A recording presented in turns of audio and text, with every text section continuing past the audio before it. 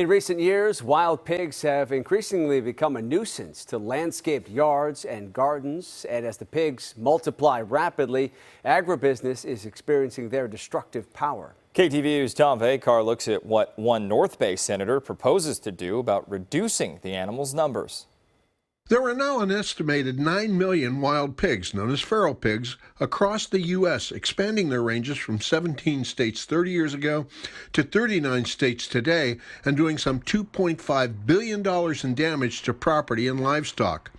California's likely million-plus wild pigs are in almost all counties now. The science shows that there's just way too many of these animals, in our environment. Senator Bill Dodd introduced legislation that would help control California's growing wild pig population, reducing damage caused by the invasive species to the environment, private property, and agriculture. All the environmental damage that's going on and the damages to our agricultural community and recreational communities.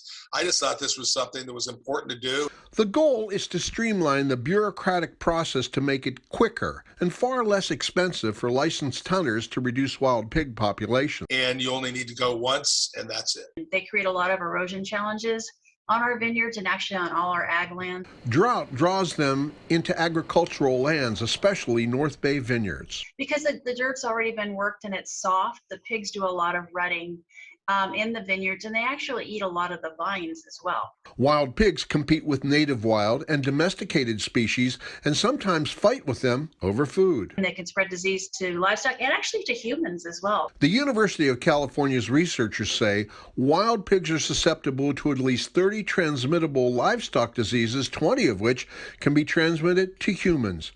They can be host to over 35 parasites as well. These are all distant cousins of domesticated pigs that were brought over here, in the 1800s or so, and they've just been allowed over time to get out of control. With likely more than 1 million wild pigs here in California, there's absolutely no way they can be eradicated.